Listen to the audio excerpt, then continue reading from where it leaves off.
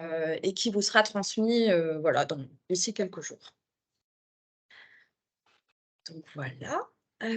Donc on accueille l'association Griselidis aujourd'hui avec Anna et June et puis, ce qu'on va faire, c'est qu'on va se laisser, environ 40 minutes, c'est ça? De présentation et on se laissera 20 minutes d'échange pour toutes vos questions, tous vos commentaires, toutes vos études de cas si besoin.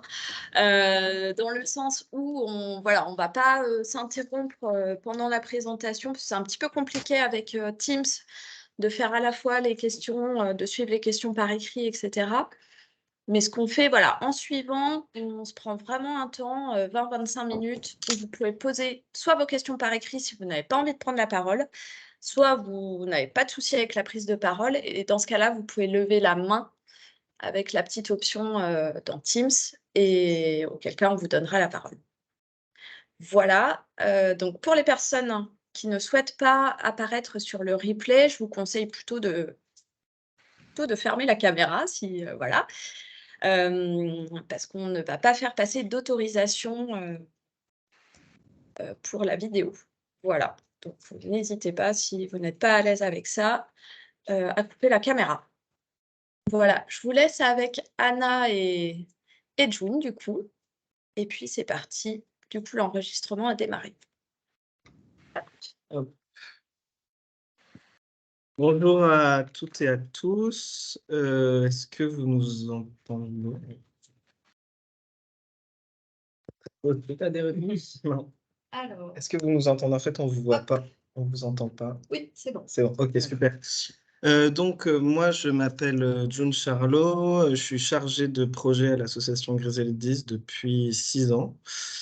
Voilà. Et à la base, je suis rentré en tant que médiateur en santé. C'est bon, c'est bon. Bonjour, moi je m'appelle Anna Lehmann, je suis infirmière à Griselidis depuis 5-6 ans aussi, il me semble. Et je m'occupe également des partenariats, de coordonner tout ce qui est partenariat autour de la prévention, réduction des risques et santé. On propose d'abord vous présenter dans les grandes lignes l'association. Alors, nous sommes Griselidis, c'est une asso toulousaine qui existe depuis plus de 20 ans, qui a été créée en 2000, il me semble. Une asso de santé communautaire par et pour les travailleurs et travailleuses du sexe, on va dire TDS, si ça vous va, pour faire plus vite. Les objectifs de l'association sont la lutte contre le VIH et les IST en général, favoriser l'accès aux droits communs, l'accès à l'emploi aussi, à la formation, au logement ou à l'hébergement, et la lutte contre les violences et les discriminations. On a une équipe pluridisciplinaire. Là, pour le moment, alors ça varie un petit peu, mais on a un pôle direction qui est assez important, notamment sur la question de renouveler chaque année les demandes de subventions, etc., les nombreux appels à projets, avec 2 co-directrices, une secrétaire de direction et une personne en service civique qui est venue renforcer cette équipe. Il y a 2 infirmières, 2 travailleuses sociales, avec souvent une personne en formation d'éduc qui les accompagne, et une grande équipe de médiateurs et médiatrices en santé. Ils sont 5 pour le moment. Au niveau des parcours sur la médiation en santé, il y a des personnes qui vont être plus sur une action qui est Internet, qu'on va vous expliquer ensuite, et plus sur une action qui est terrain de rue à Toulouse. Dans les compétences qu'on a également dans l'asso, il y a à la fois ces compétences en santé, prévention, travail social, et aussi à la fois dans le conseil d'administration et dans l'équipe, des expériences et compétences en termes de travail du sexe et des expériences en termes de migration. Il y a des collègues qui ont les mêmes parcours migratoires ou quasiment les mêmes qu'une partie du groupe qu'on reçoit. Voilà, en gros, sur les grandes lignes de l'asso. C'est beaucoup. Alors, je vais vous présenter assez rapidement les principes de santé communautaire qui ont été un peu à la base de la création de l'association. La santé communautaire est arrivée en France avec, au moment de l'épidémie du VIH. Et c'était un peu l'idée qu'à un moment, le VIH touchait les populations les plus vulnérables et les plus marginalisées. Et qu'à un moment, les discours de santé publique fonctionnaient pas forcément pour tous ces publics-là. Par exemple, un exemple qui est assez parlant, je trouve que c'est pour la question des usagers de drogue, c'est qu'à un moment de dire, enfin des injecteurs dans les années 80, de dire aux personnes, la drogue c'est pas bien, il faut arrêter, ça fonctionnait pas. Et donc à un moment, c'est aussi les usagers, les injecteurs eux-mêmes qui ont dit, mais nous, on se contamine le plus quand on échange nos seringues. Donc, c'est à partir de là aussi où il y a eu le premier programme d'échange de seringues qui a été mis en place en 1987, qui a eu pour conséquence, dès la première année de sa mise en place, je crois, une baisse de 90% de transmission de l'hépatite C et, il me semble, 60% de transmission du VIH. Donc, on voit que ça a été vraiment très efficace. Et c'est vraiment l'idée de mettre au centre de l'élaboration des stratégies de prévention les publics concernés. Donc, concernant la question du travail du sexe, de la prostitution, la première association de santé communautaire avec et pour les travailleuses du sexe s'est fondée à Paris en 1990. C'est l'association Les Amis du Bus des Femmes qui existe encore aujourd'hui. Et en fait, avant cette association, la prostitution était, comment dire, traitée, accompagnée de manière voilà, avec un point de vue il faut réinsérer les personnes. C'est des personnes un peu, voilà, réinsérées dans la société. Il faut que les gens arrêtent la prostitution. Et c'était juste cette manière voilà, d'accompagner les personnes. Pour nous, en fait, c'est vraiment toute cette question aussi, l'importance d'être une partie de l'équipe et une partie du conseil d'administration, avoir l'expérience du travail sexuel, que ce soit sur Internet et dans la rue, voilà, pour être au fait, en fait, aussi de l'évolution des conditions de travail, des pratiques, des lieux où les gens travaillent, que ce soit des lieux virtuels ou des lieux dans la rue, pour pouvoir s'adapter au mieux et proposer au mieux la prévention qui va le plus parler aux gens, qui va le plus être adaptée pour les personnes. Donc, on a aussi vraiment un principe qui est important pour nous, c'est la question de l'empowerment, c'est-à-dire qu'on essaye au plus, au mieux comme on peut, qu'à un moment, l'idée, l'objectif, c'est que les personnes n'aient plus besoin de nous. Donc, on peut faire, que ce soit en individuel ou en collectif, ça peut être aussi des ateliers, on va présenter des outils, on va favoriser l'échange, soit l'échange de savoir, l'échange de pratiques, l'échange de stratégies entre les personnes. Voilà. Et, euh, et bien sûr, l'éthique du non-jugement envers les personnes, que ce soit voilà, dans leur pratique, et puis d'avancer au rythme voilà, des personnes, quoi, évidemment. Alors, ce qu'amène aussi la santé communautaire, c'est que ce qui est important à dire, c'est que notamment pour les collègues qui ont l'expérience, on va dire, de la migration, qui sont, en fait, c'est voilà, dans une équipe pluridisciplinaire, on va dire, la difficulté que ça peut avoir, c'est qu'en fait, il va y avoir des personnes qui vont avoir des bac plus 10, j'exagère un peu, mais pas vraiment, et des personnes dont le français n'est pas la langue maternelle, qui sont pas forcément à l'aise à l'écrit, sont pas forcément à l'aise avec les outils informatiques, etc. Donc, c'est comment aussi, au sein de l'équipe, avec des différences aussi importantes, on arrive à ce que, en fait, tout le monde maîtrise à un moment les enjeux qui se passent dans l'association, les enjeux de l'actualité, les décisions qu'on peut prendre, etc.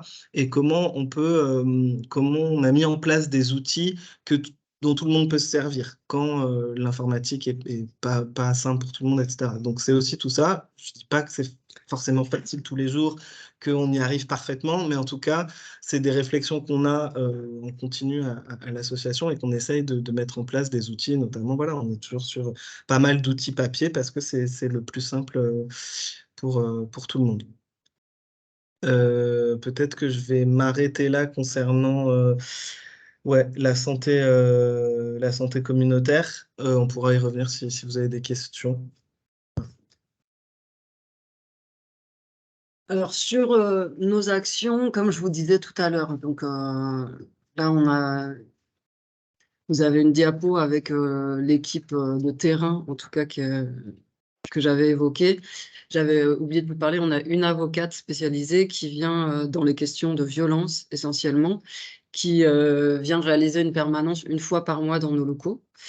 Et qui peut aussi, alors soit ça peut être une permanence où la personne se déplace et vient la rencontrer, elle se rend disponible par téléphone quand ce sont des personnes qui habitent loin de Toulouse ou pour qui c'est compliqué de se déplacer. L'accompagnement social et infirmier individualisé vers le droit, la santé, le logement, bon là ça peut prendre vraiment beaucoup de formes différentes. Donc on peut avoir notamment des suivis de personnes qui vivent avec une maladie chronique ou plusieurs. Et on peut, alors déjà, évidemment, on reçoit cette personne et on essaye de voir avec elle quels sont les besoins, quelles sont les difficultés. Et ensuite, on peut accompagner aussi physiquement vers les différents partenaires ou même accompagner pour la première fois aux soins. C'est quelque chose qu'on fait beaucoup pour les personnes qui ont des diagnostics récents, notamment, ou qui sont très éloignées du soin, très peu en confiance avec, avec en général le monde médical et social. Ça nous arrive régulièrement, parce que notamment une partie des personnes qu'on accueille n'ont pas de situation régulière en France. Et ça peut vraiment pousser les gens à s'isoler et ça crée de la peur d'être repéré comme personne irrégulière, alors qu'en fait la personne a vraiment besoin de soins médicaux. Sur les droits, on peut faire le but, comme disait mon collègue, c'est ensuite que la personne soit autonome et sache se débrouiller avec les maisons des solidarités, les différents dispositifs. Mais il y a pas mal de personnes qui ne peuvent pas prétendre être accueillies dans ce genre de structure ou qui ne connaissent pas. Donc nous, on fait vraiment un débrouillage au début et on voit quels droits peuvent être ouverts et on accompagne dans ce cas-là. Dans la protection en cas de violence, les personnes peuvent nous solliciter. On peut en tout cas, on a des partenariats pour essayer de mettre les personnes brièvement à l'abri au départ, qui fonctionnent plus ou moins.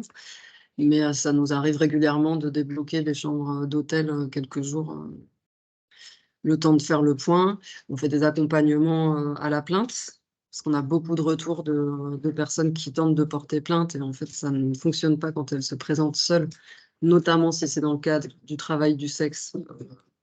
Ça ne sont pas un peu prises au sérieux.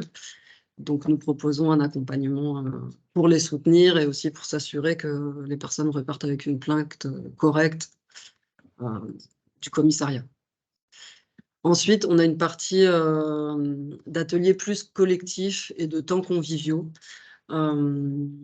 Notamment, on parle aussi dans la question d'empowerment, de renforcement de l'estime de soi, des stratégies qu'on met déjà en place, des choses que les personnes font déjà parce qu'elles se débrouillent très bien sans nous pour tout. Donc, on essaye de mettre en valeur ces choses-là. On fait des repas collectifs tous les mois, à peu près, et des ateliers qui peuvent être alors à la fois sur des questions plus réduction des risques, sexualité, contraception, plaisir, toutes ces questions-là, plus sur autodéfense au travail. On a 2 collègues qui sont formés à l'autodéfense pour les travailleurs, travailleuses du sexe.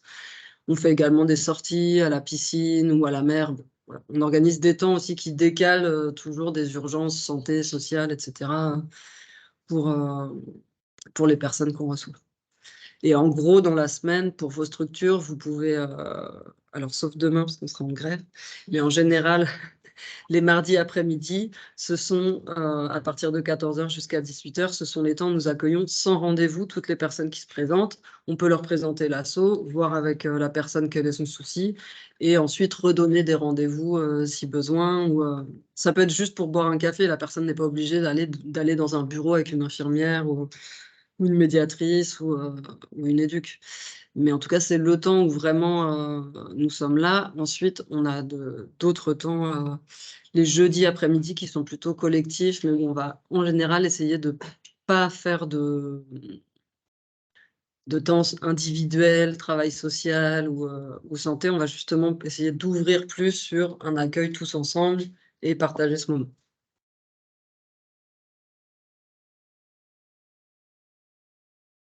Sur les actions que nous menons, alors on fait beaucoup d'outreach, d'aller vers à Toulouse, et donc on a ce très joli bus, vous avez des photos, on tourne dans les rues de Toulouse.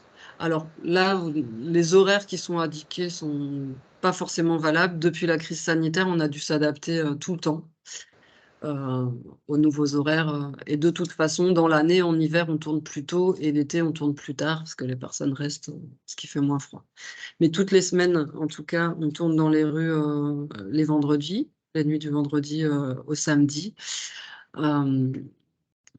Et on fait également dans la journée une permanence tous les mercredis après-midi, place Belfort. On a une autorisation, on pose notre bus au milieu de la place Belfort, on passe à pied prévenir les gens si besoin et les personnes viennent nous voir. On fait aussi des tournées à pied parce qu'il y a certaines rues qui sont pas très accessibles en bus et certains horaires qui sont différents. Donc à chaque fois, on voit des personnes plutôt différentes selon si c'est le matin, l'après-midi, le début de soirée, la nuit, etc.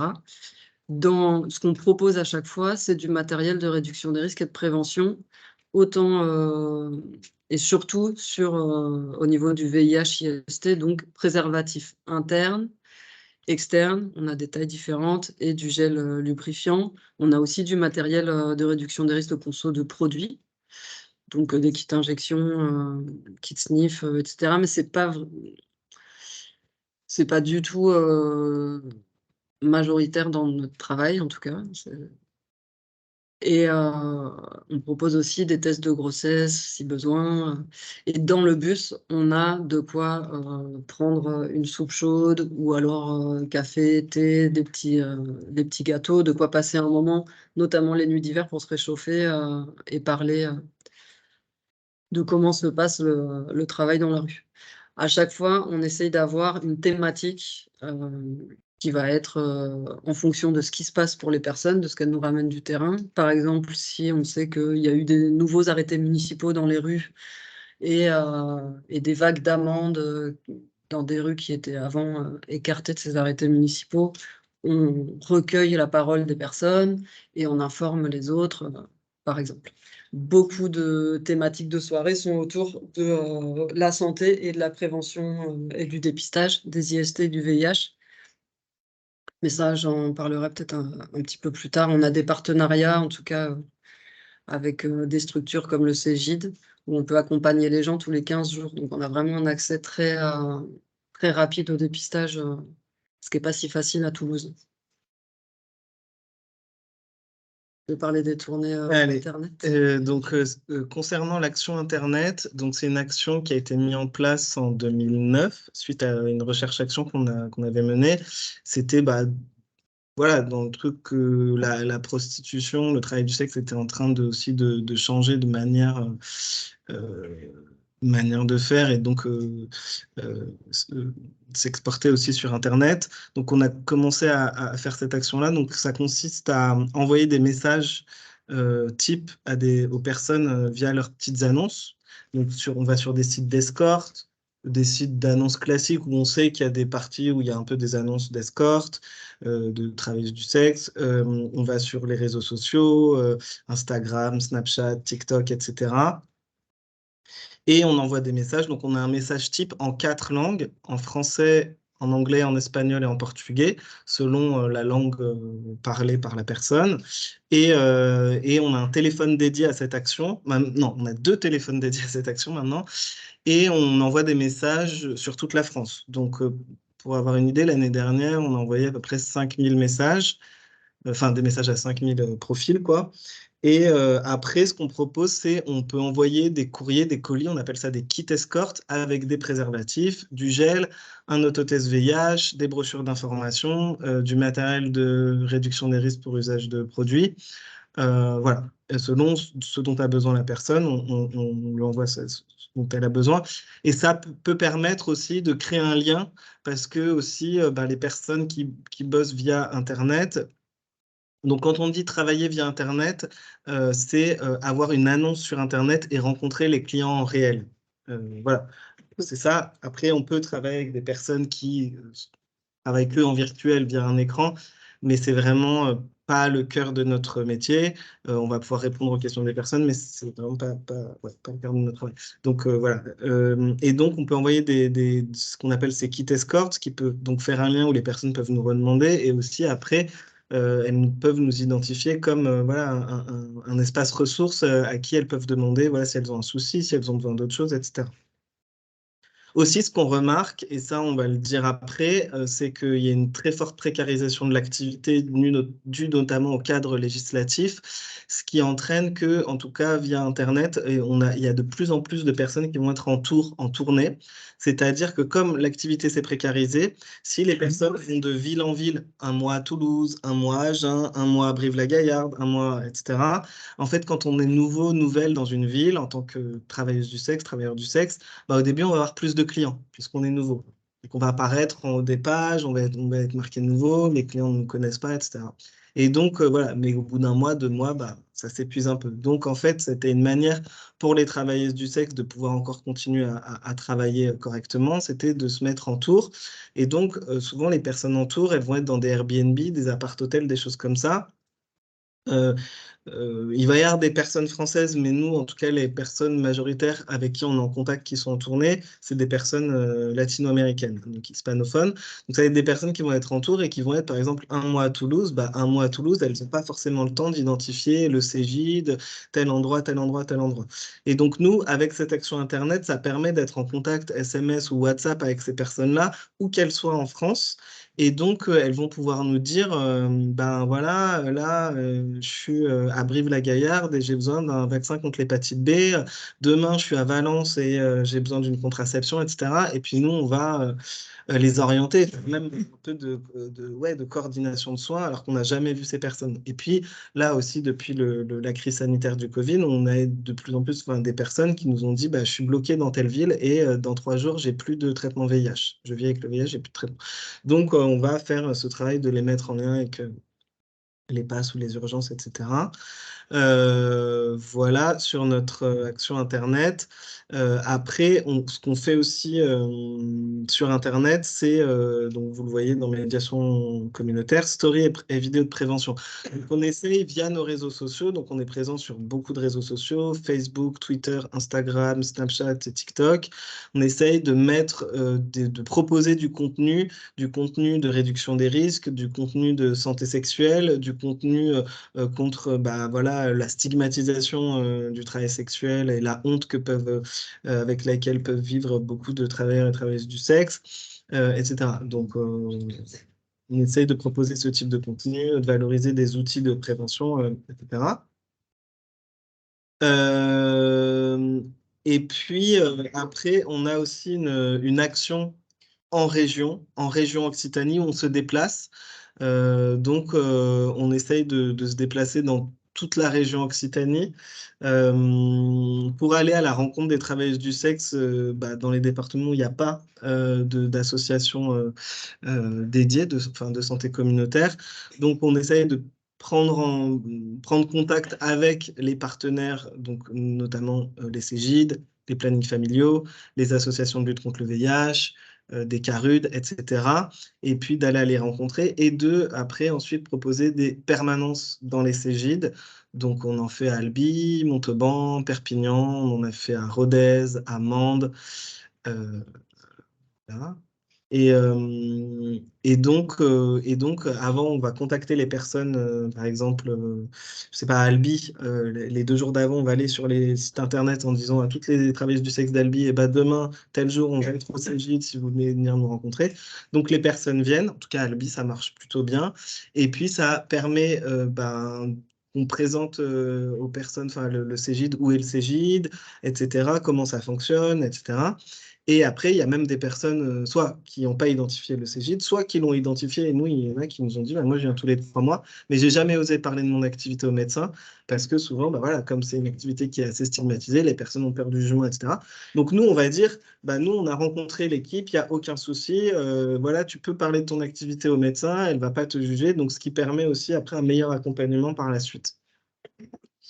Donc voilà. Et puis, donc on propose aussi, pendant nos permanences en région, des dépistages par TROD, parce que voilà, on est habilité au TROD, donc VIH, VHC et VHB.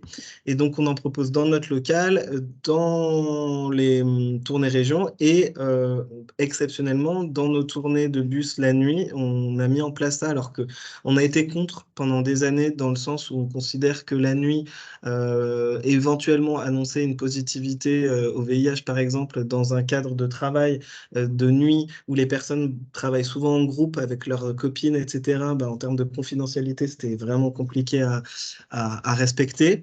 Mais justement, ça, c'est un des trucs de la santé communautaire. À un moment, il y a une collègue qui a dit, mais en fait, il y a des groupes de personnes qui sont extrêmement contraints de travailler et contraints dans leur déplacement, qui ne vont jamais venir, qui ne viendront jamais au local, qui ne viendront jamais à un dépistage. Et en fait, la seule manière, elles sont d'accord pour un dépistage, mais elles ne peuvent vraiment pas se déplacer ni en journée ni en nuit, elles sont très très surveillées. Donc la seule manière d'avoir accès au dépistage, c'est qu'on le fasse quand nous, on vient en bus. Donc pour cette raison-là, ça a été des discussions, parce que voilà, c'était pas simple pour nous de se dire comment on va faire pour la confidentialité, mais ça a été de dire, bon, à un moment... et pour ces personnes-là, on va mettre en place cette action-là de manière un peu exceptionnelle. Voilà, aussi ce qu'on fait, c'est que pour certaines personnes qu'on considère qui vont vraiment pas bien, qui sont très éloignées du soin, qui ont une santé mentale fragile, etc., on va pouvoir être proactif, c'est-à-dire les contacter, leur demander si ça va, leur proposer d'aller chez elles. Enfin voilà, on peut faire des visites à domicile. En fait, en tout cas, on essaye de s'adapter au mieux aux personnes et à leur réalité de vie qu'elles puissent avoir un accès au mieux, en tout cas, à la santé. Et là aussi, récemment, on a mis en place une action pour les mineurs, parce que jusque maintenant, on travaille globalement avec des personnes majeures, hein, même si c'est arrivé, mais de manière très exceptionnelle qu'on voit des mineurs. Mais en tout cas, en étant sur des réseaux sociaux type Snapchat, on a pu voir depuis 2-3 ans des personnes très jeunes, et bon, c'est aussi un sujet qui est extrêmement médiatisé, la prostitution des mineurs. Et donc, nous, donc on a beaucoup discuté au sein de l'asso. On a aussi beaucoup travaillé avec une association à Lille, Entracte, qui travaille, qui a un programme pour les mineurs qui se prostituent depuis 10 ans, donc ont quand même une expertise de terrain. Et donc, on travaille avec cette association pour se former, etc. Et puis là, on a mis en place une action à destination des mineurs qui se prostituent. Donc, on a une permanence dédiée donc c'est tous les premiers mercredis de chaque mois à partir de 14h à 17h.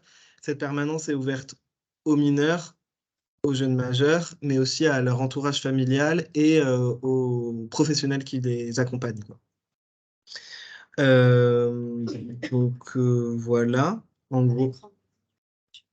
Ces permanences, non, c'est son rendez-vous. C'est-à-dire que les gens peuvent venir, donc il peut y avoir des rendez-vous, mais les gens peuvent venir sur ces rendez-vous. Après, nous, comme toujours dans l'association, on reste souple, c'est-à-dire que s'il y a des gens qui sont concernés, enfin des mineurs, mais qui ne peuvent pas se déplacer à ce moment-là, ou des professionnels, on va être souple et pouvoir accueillir à d'autres moments. Je ne sais pas quelle heure il est. Aïe, aïe, aïe, il me reste 10 minutes. Je vais aller très vite pour la fin, désolé, ça va être un peu rapide. Sur la suite de nos actions, donc après, on a aussi des actions de formation des professionnels, avec notamment on a un module de 2 jours sur l'accueil et l'accompagnement des travailleuses du sexe. On a toute une action de plaidoyer donc pour la défense des droits des travailleuses du sexe. Donc on est organisé au sein d'une fédération qui s'appelle la Fédération Parapluie Rouge, qui est une fédération qui réunit toutes les associations de santé communautaire pour les travailleuses du sexe en France, voilà, où on fait voilà, on interpelle les pouvoirs publics, les élus, etc. On peut faire des manifestations, des événements publics, des projections, voilà, des rendez-vous avec les élus. Et on a aussi une action de recherche-action. Donc, en ce moment, on n'en a pas. Mais voilà, il y a eu notamment, c'est comme ça que l'action Internet a été mise en place suite à une recherche-action.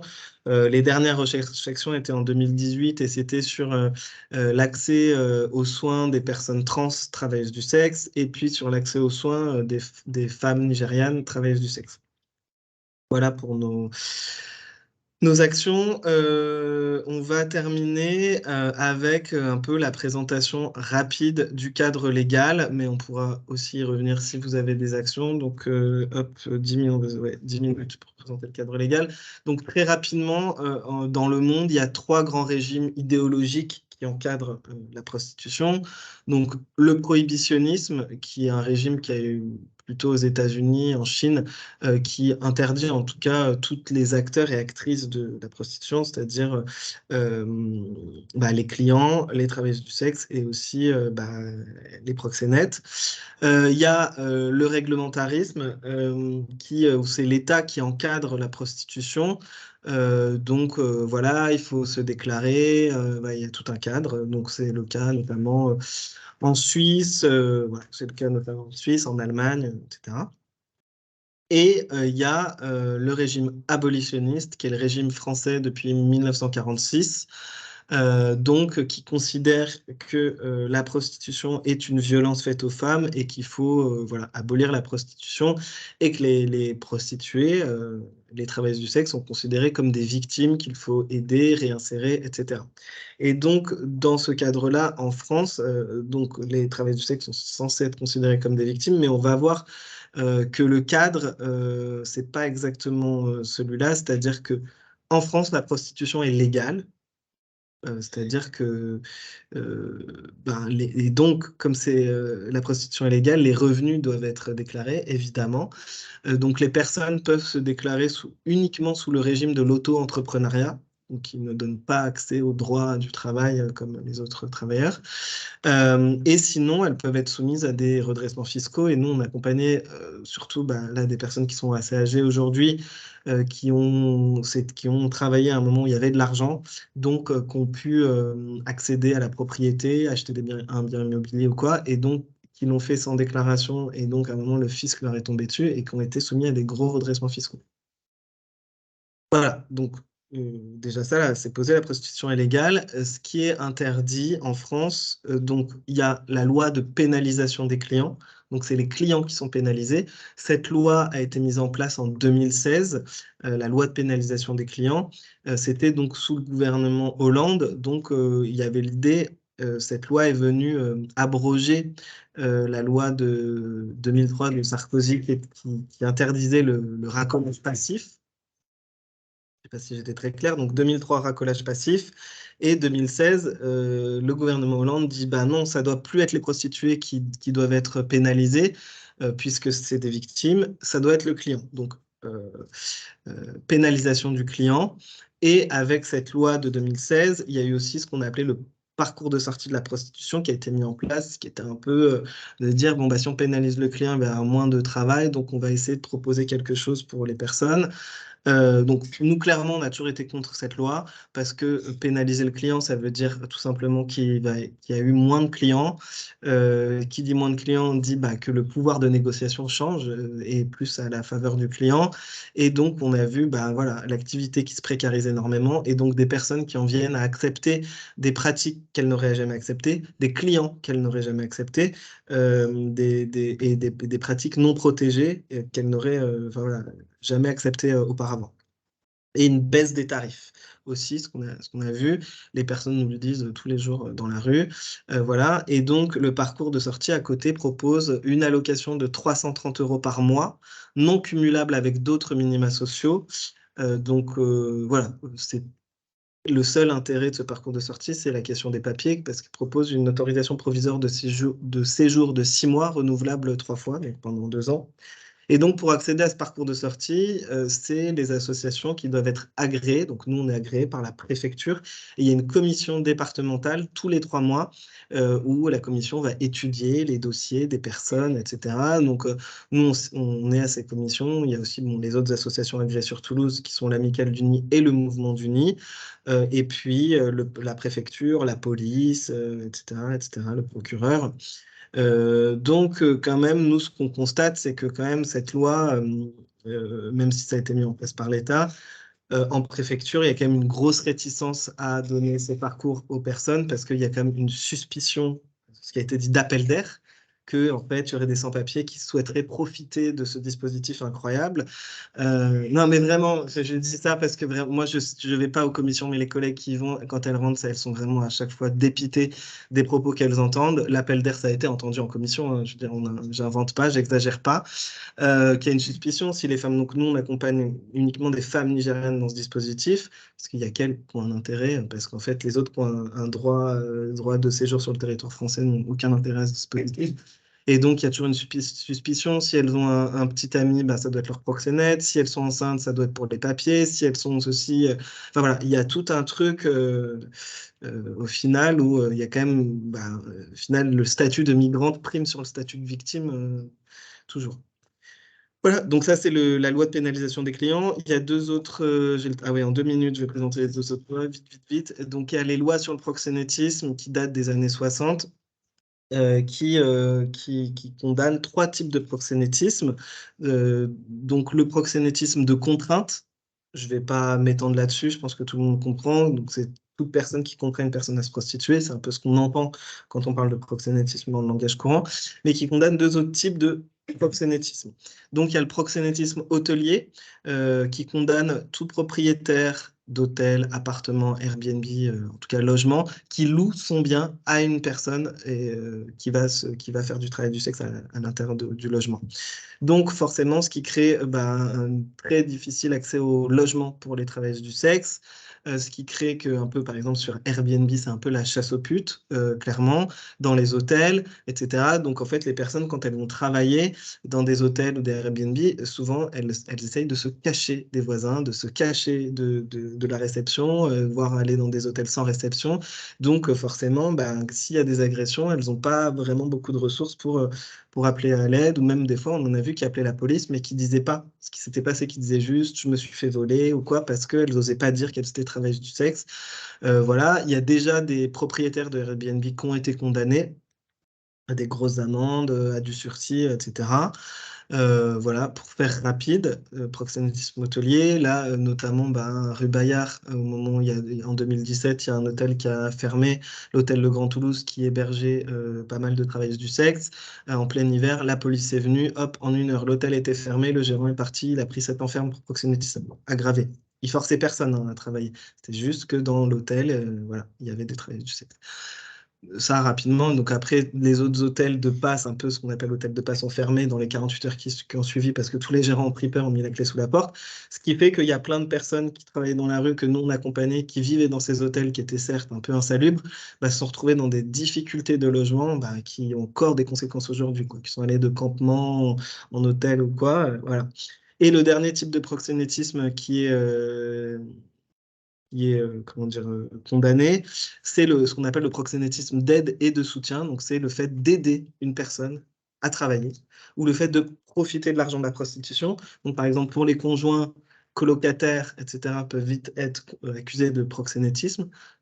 Conjoint ou colocataire, par exemple, moi, je vis avec une personne qui est travailleuse du sexe. Voilà, elle paye le loyer, les factures, elle la bouffe. Moi, je profite de l'argent de la prostitution. Je suis conjoint, ma conjointe, mon conjoint m'invite au restaurant, m'offre des cadeaux. C'est l'argent de la prostitution, je profite, je suis proxénète. C'est ça qui est dans la loi, hein. Les enfants majeurs, c'est pareil. Et même aider les personnes à travailler. J'accompagne ma copine qui est travailleuse du sexe, je l'accompagne en voiture sur son lieu de travail, je suis proxénète. Je fais un peu un truc de sécurité, c'est-à-dire qu'elle m'envoie des messages en disant là, je vais à tel endroit, le client il est là, je t'appelle quand j'ai fini, enfin, c'est-à-dire ce qu'on appelle un backup, un truc de sécurité pour la personne, je suis proxénète, etc., etc., etc. Donc, nous, évidemment, quand il y a souvent des personnes qui viennent nous voir qui disent « Ah, tu peux m'aider à me faire mon annonce pour travailler sur Internet ?» Ah non, non, mais ça, on ne peut pas te dire, on n'a pas le droit. Et plein de choses comme ça qui sont « Sur quel site je peux travailler ?» Non, je ne peux pas te dire. Et en fait, tous ces trucs, nous, on ne peut pas le faire, mais même l'entraide, en fait, par exemple, entre travailleuses du sexe peut être condamnée. Je vais m'arrêter là parce que voilà, là-dessus. Et la dernière loi dont je voulais parler, ça va être très rapide, c'est les arrêtés municipaux dont Anna vous en a parlé rapidement. Donc ça a été mis en place à Toulouse en 2014 avec l'arrivée de la dernière municipalité. C'était la première mesure du maire actuel. Donc, ça restreint, c'est des arrêtés anti-prostitution qui interdisent certaines rues à l'exercice de la prostitution. Donc, c'est vraiment dans des logiques de gentrification de la ville avec des comités de riverains qui vont pas être contents et qui vont faire des rapports de force et la mairie qui va mettre des arrêtés. Et donc, nous, évidemment, on est contre. Finalement, ça n'a pas quelque part que c'est un peu le retour du racolage passif. Donc, les personnes peuvent avoir des amendes de la police. Il y en a qui payent vraiment cher des amendes. Voilà. Et nous, ce qu'on promeut, alors on ne dit pas qu'il n'y a pas de nuisance, de bruit la nuit quand il y a des travailleuses du sexe en bas de chez vous, enfin, chez les personnes. Mais nous, ce qu'on promeut, c'est vraiment des actions de médiation. Ça s'est fait dans plein d'autres villes. Ça peut se faire. On met tout le monde autour de la table et on va dire, OK, c'est quoi les problèmes, c'est quoi les besoins? Et souvent, ce que les gens se plaignent, c'est il y a des capotes par terre, les personnes font leurs besoins. Mettons des poubelles et des toilettes. Et je veux dire déjà, enfin voilà, c'est des choses assez simples et nous, voilà, c'est ce qu'on défend. Merci. Voilà, c'était assez rapide et assez dense, désolé. Et- Non, merci.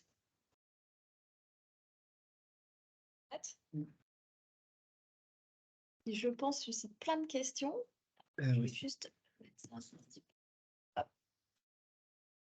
Et peut-être on va laisser la priorité aux personnes qui sont présentes dans la salle si vous avez envie de poser des questions.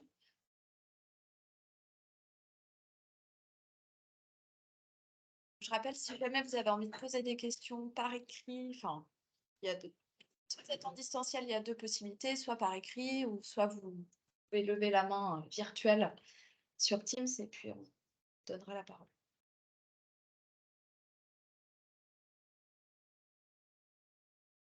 Alors, j'ai une question par écrit. Oui. Quels sont les financements de votre association? Ah, intéressant comme question. Eh bien, justement, il y en a 25, je pense. En fait, la question de l'argent, des financements, a toujours été compliquée vu que nous, on ne s'inscrit pas du tout dans la logique abolitionniste, comme vous avez pu le comprendre dans la présentation. On n'est pas donc sur la ligne de l'État, donc c'est pas simple. Nous, on est vraiment plus financé du côté santé, puisqu'on est à la base une association de lutte contre le VIH. Donc, en gros, on est juste une association, on n'a aucun agrément spécifique qui nous apporte des financements en plus. Donc, en fait, c'est un travail à temps complet des deux directrices, plus maintenant, il y a une chargée de développement qui fait aussi des demandes de subventions. Donc, c'est vraiment un travail à temps complet de faire des demandes de subventions. En gros, on a deux gros financeurs qui vont être l'ARS et SIDAction. Donc un financeur public, un financeur privé. Et après, on va avoir tout un tas d'autres financeurs, donc des collectivités territoriales, soit le Conseil général, la région, la mairie, etc. Parfois la DGS, enfin la Direction générale de la santé. Après, tout un tas de fondations privées. Fondation Chamel, Fondation, etc., qui vont lancer des appels à projets pour les femmes précaires, éloignées du soin, etc., auxquels on va répondre. Voilà, en gros. Et par contre, le ministère de l'égalité homme-femme ne nous aime pas du tout, donc on ne nous a jamais financé. Nous a jamais financé quoi. Ça ne veut pas dire qu'il le fera jamais. Non, ça ne veut pas dire qu'il le fera jamais, mais c'est pour dire un peu le. Donc, comme c'est un sujet très clivant, ça amène vraiment aussi des vraies conséquences sur la question des financements. Une question sur le nombre d'antennes. Alors, je ne pense pas que vous fonctionnez en antenne sur la France. Vous êtes une association unique, en fait. Et... Oui, Griselidis, c'est une association à Toulouse. Ouais. Après, qui s'inscrit, il y a quelques associations de santé communautaire pour les travailleurs, travailleuses du sexe, mais on fonctionne plutôt en fédération. Ouais. Et on n'est pas une antenne d'une grosse association nationale. Donc, si vous avez besoin, en tout cas, à Lyon, il y a Caviria. Du coup, à Paris, il y a les Amis du bus des femmes.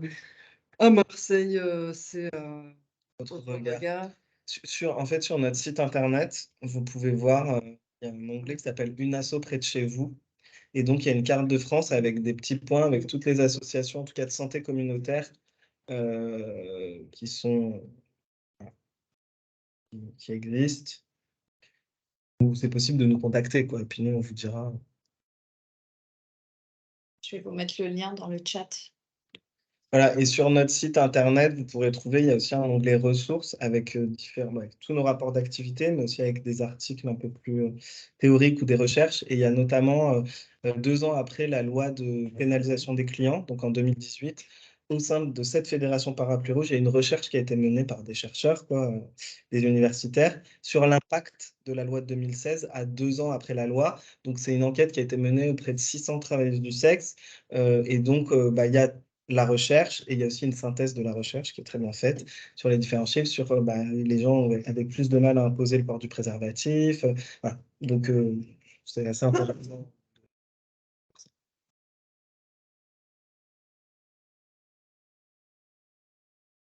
Personne qui pose une question, une personne justement qui est une salariée du Sims, si je ne me trompe pas, qui pose la question sur l'estimation du nombre d'étudiants ou d'étudiantes parmi les travailleurs, travailleuses du sexe. Euh, Sur les En tout cas, dans les personnes que... on reçoit, Ouais. nous, c'est toujours très très compliqué de faire des estimations, de quantifier. Aujourd'hui, il faut savoir en tout cas que sur la question du travail du sexe et des lieux de travail, aujourd'hui, les jeunes, notamment les Françaises qui vont commencer le travail du sexe, ne vont pas aller dans la rue, ils vont aller directement via Internet, hein, parce que la rue, c'est vu comme dangereux, soit les violences qui peuvent se passer la nuit ou les répressions policières, etc. Ça fait plus peur. Donc, les gens vont aller sur Internet. Et sur Internet, quand on va mettre une annonce, on essaye d'attirer le client. C'est le but, c'est faire du marketing. Et donc, dire qu'on est étudiant ou étudiante, ça peut être un argument marketing pour dire, voilà, je suis éduqué, je fais des études, je fais ça à côté. Voilà. Donc, c'est toujours pour dire que, en fait, c'est pas parce que les gens s'annoncent étudiants ou étudiantes dans leur annonce qu'ils le sont vraiment. Donc, c'est un peu compliqué de le dire. Oui, on reçoit quelques personnes qui font des études, mais c'est très peu, en fait. Vraiment pas beaucoup. Mais après, c'est vrai que c'est sûr que les étudiants et étudiantes il y a beaucoup de précarité chez les étudiants et étudiantes. Donc, c'est sûr que certaines personnes vont faire du travail du sexe aussi parce qu'elles peuvent choisir leurs horaires. Enfin, voilà, que ça peut s'adapter au cadre de vie de leurs études.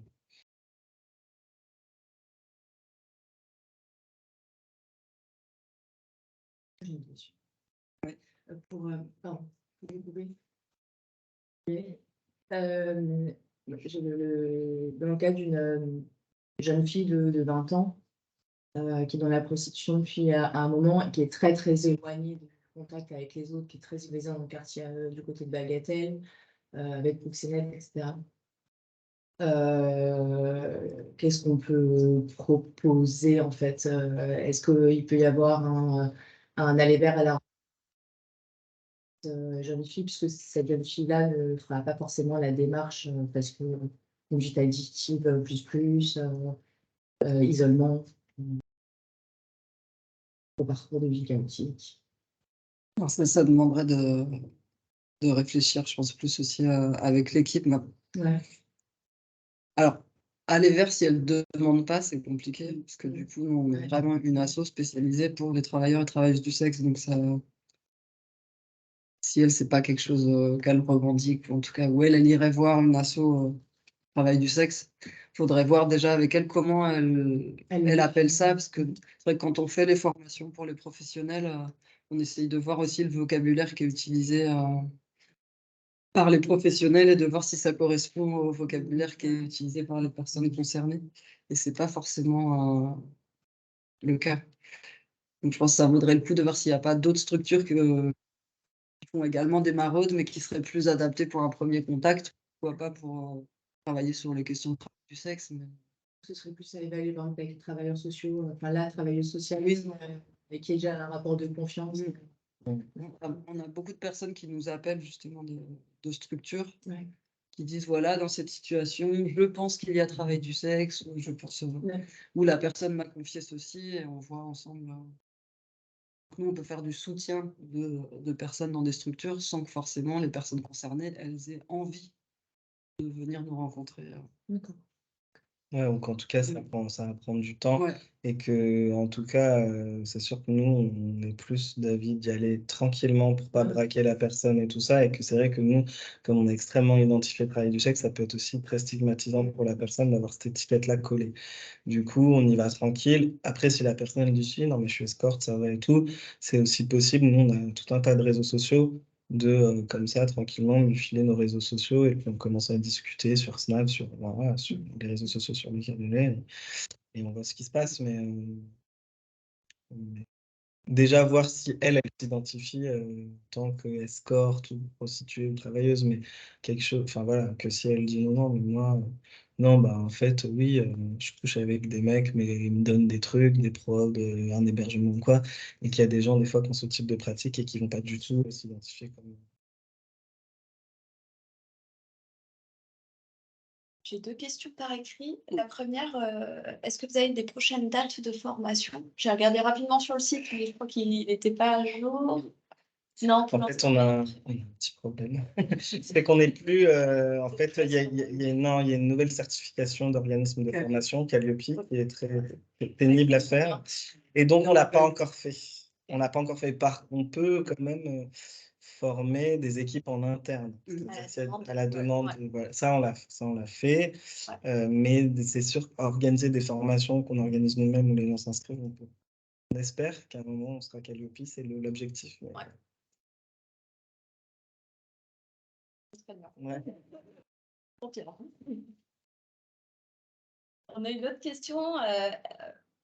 Faites-vous la distinction entre travailleuse du sexe et travailleuse du sexe victime de traite dans le vocabulaire que vous utilisez et dans les manières du coup d'agir? Bah, alors, c'est une question compliquée quand même sur le.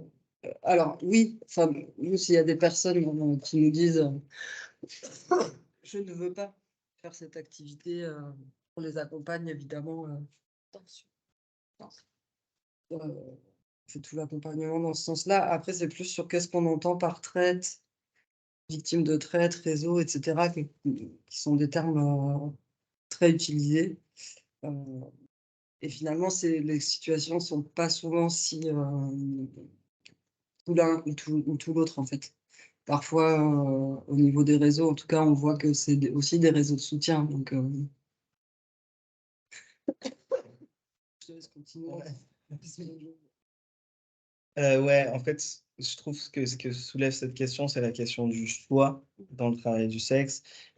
Nous, on ne considère pas qu'il y a d'un côté celles qu'on choisit et celles qui sont forcées.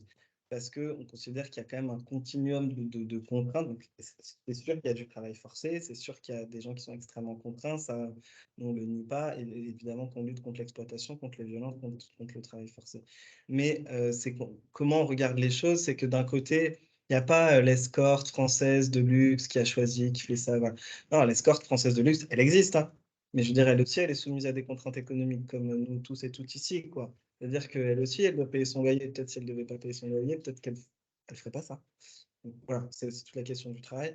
Et après, c'est aussi la personne qui va être extrêmement contrainte, qui va être forcée dans son travail. C'est que, en fait, la question de la traite, souvent, elle est vue ou montrée comme si ces femmes, parce que c'est en grande majorité des femmes, étaient des victimes passives, comme ça, qui n'ont aucun pouvoir d'agir sur leur vie. Et nous, on a aussi, dans cette idée d'empowerment, aussi envie de valoriser là où elles ont des marges de manœuvre, là où elles peuvent agir, là où elles agissent, là où elles font des choix.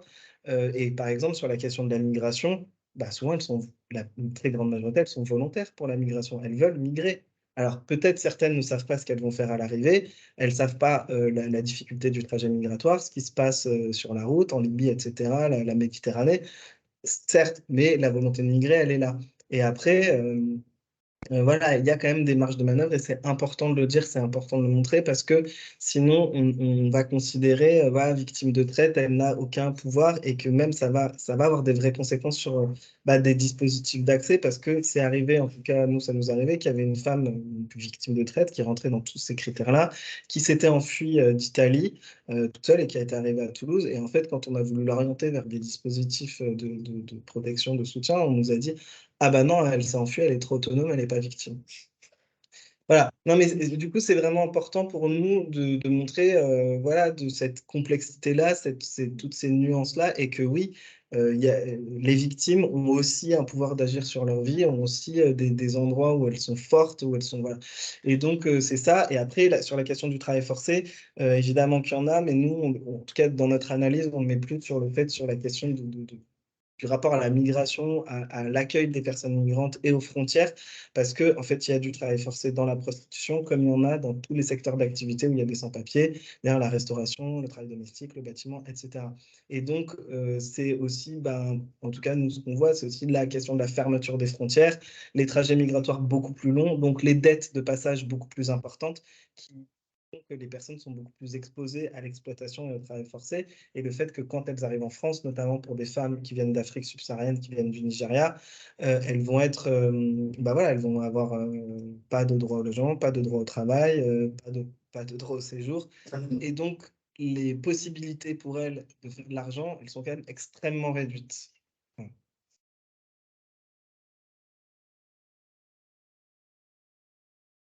Aussi, vous travaillez, j'imagine, énormément sur les représentations. Savoir. Enfin, en tout cas, en termes de plaidoyer, c'est aussi Ouais. votre axe. Ouais. Tout à fait. Oui, notamment, on invite les gens à se questionner sur, justement sur le vocabulaire, de dire, il y a beaucoup de vocabulaire qui circule autour du travail du sexe, ça va être tomber dans la prostitution,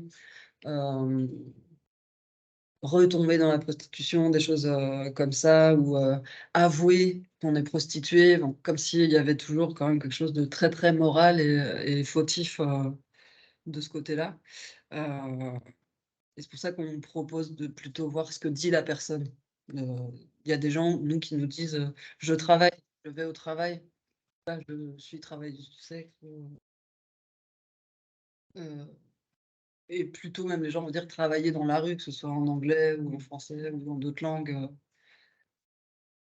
Donc, c'est vrai que c'est quelque chose de très, très stigmatisé en général. Et c'est important de faire attention quand on reçoit une personne, de ne pas l'enfermer là-dedans si on sait qu'elle travaille. Euh, Parce qu'elle a, comme tout le monde, beaucoup de problématiques et de facettes.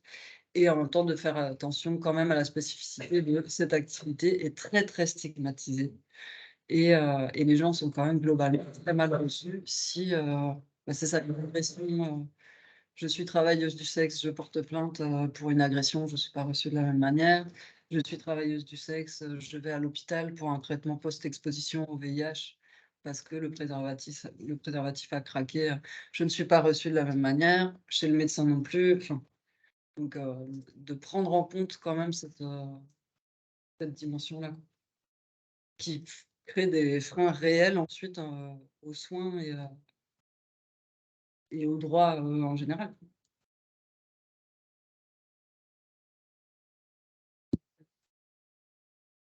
J'ai 2 ou 3 questions par écrit qui se sont ajoutées. Est-il intéressant d'orienter une personne vers Griselidis si elle est déjà accompagnée par ailleurs par l'amicale ou par le mouvement?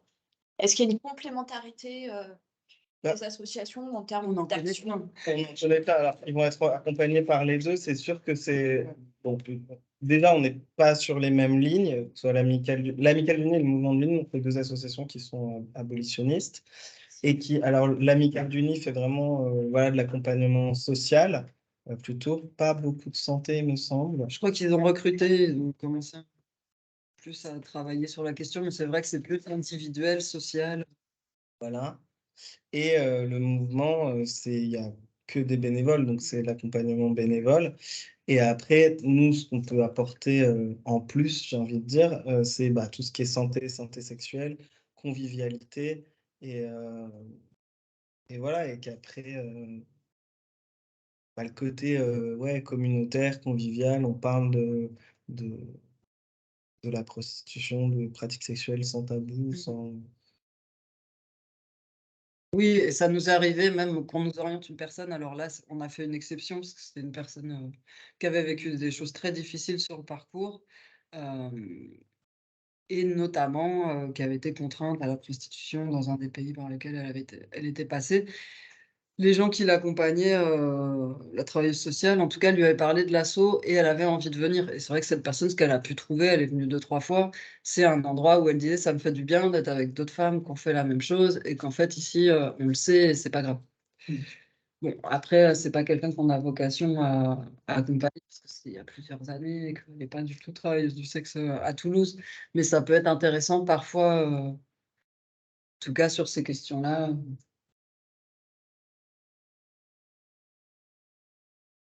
Mais normalement, on n'accueille que des personnes qui exercent le travail du sexe. Est-ce que du coup, vous travaillez avec des bénévoles, des personnes bénévoles? Non, Non, c'est un choix de l'association. ouais, c'est un choix de l'association. Le travail qu'on fait, doit être fait, doit être rémunéré, doit être fait par des professionnels. Il y a même quand même une politique de grille salariale, Ouais. de reconnaître l'expérience du travail sexuel ou l'expérience de la migration au même titre qu'un diplôme infirmier ou un diplôme d'éduc, quoi. Donc on commence avec la même grille. Ouais.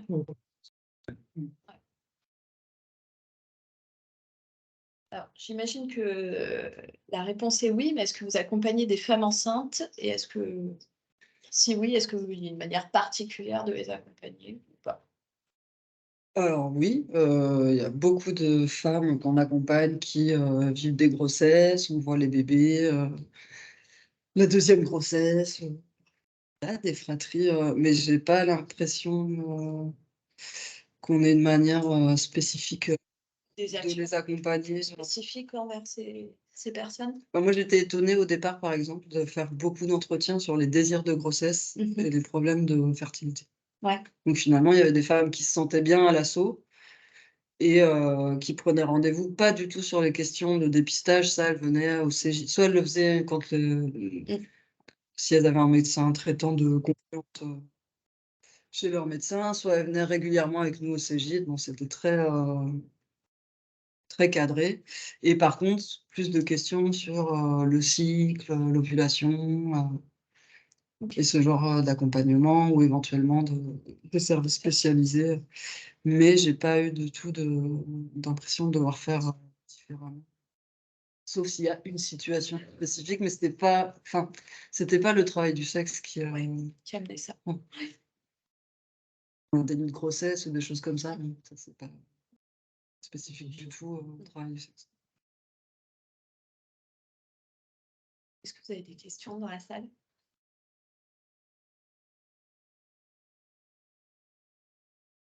Donc, par rapport au parcours de sortie de prostitution, je parlais bien fort. Comme ça, oui, moi aussi. Comme Moi, ça, tout les seul, collègues à ça va. distance vous entendent bien. Oui, donc vous êtes agréé pour faire le parcours de sortie de prostitution à la préfecture. Donc, ce sont des personnes travailleuses du sexe qui décident de sortir, d'arrêter ce travail.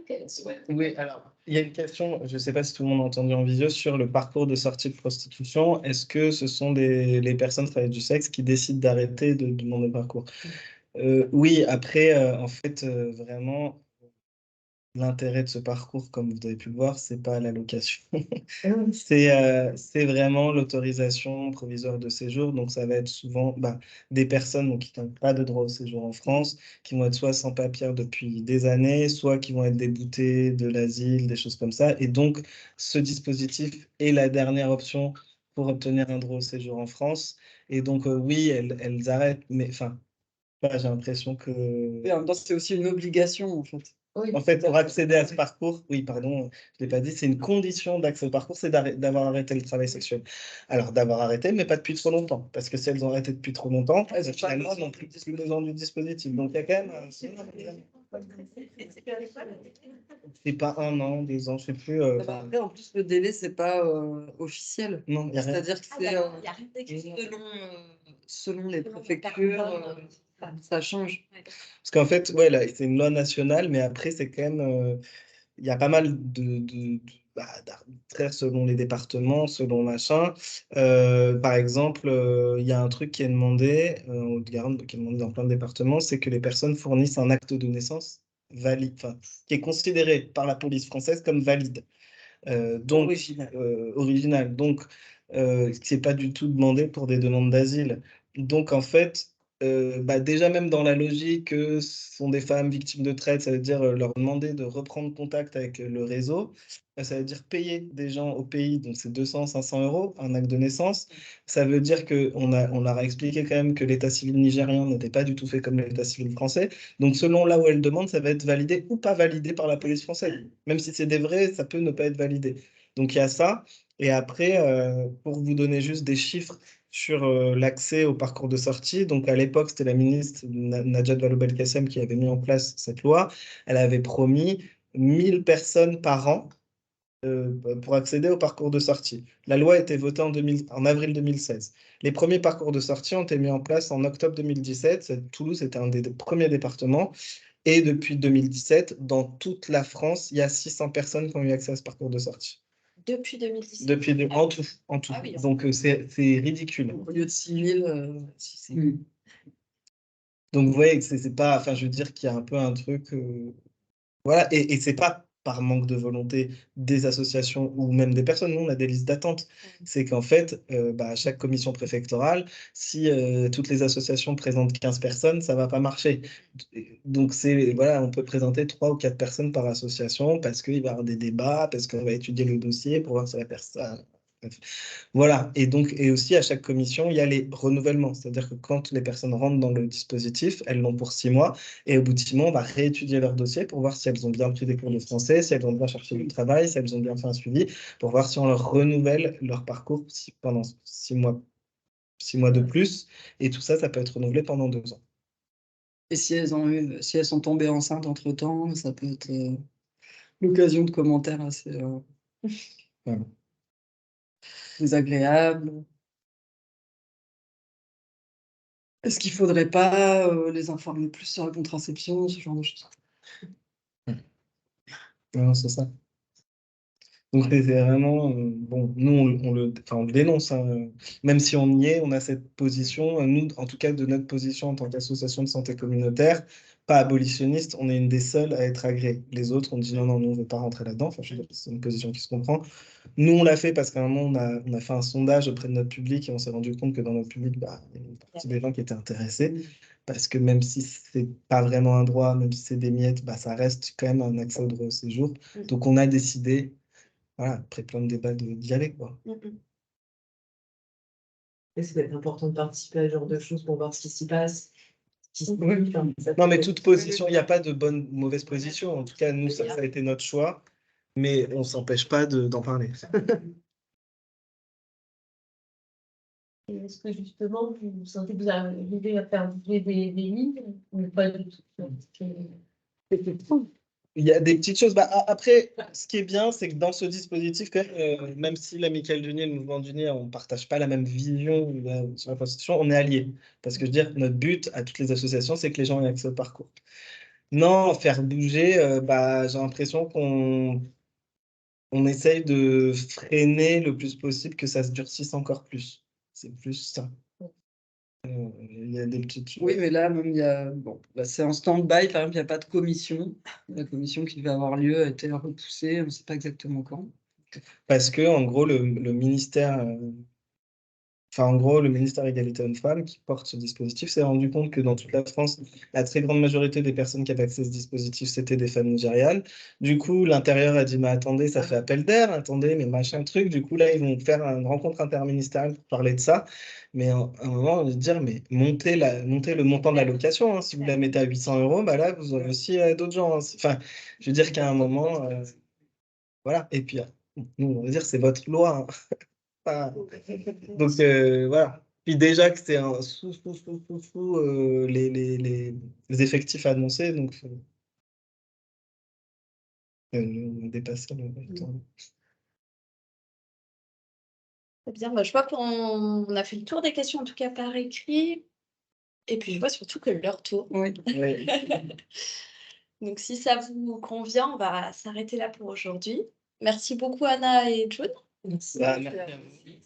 Et puis on vous enverra et le support et le replay comme promis. Merci beaucoup. Très bonne journée à tous et toutes.